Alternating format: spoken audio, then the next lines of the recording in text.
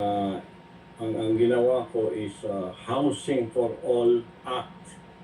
Housing for All Act.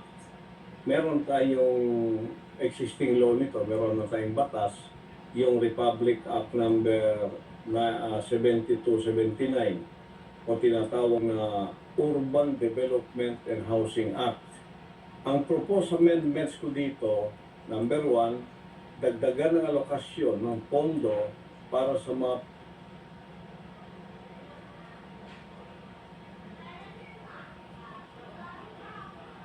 pabahay na abot kaya.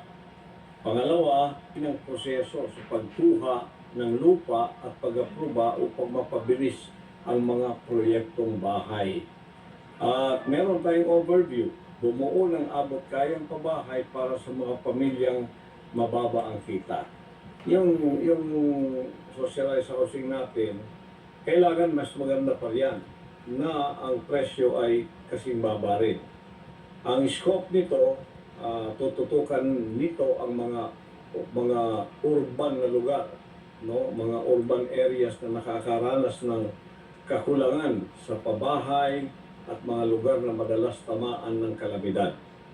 At pangalawa, magbigay access sa mga pangunahing serbisyo tulad ng tubig at kuryente, pati na rin ang mga oportunidad para sa trabaho. Bigyan sila ng kaukulang livelihood. Then, ang implementation nito is meron naman tayong existing na PPPs, no? Yung public-private partnerships.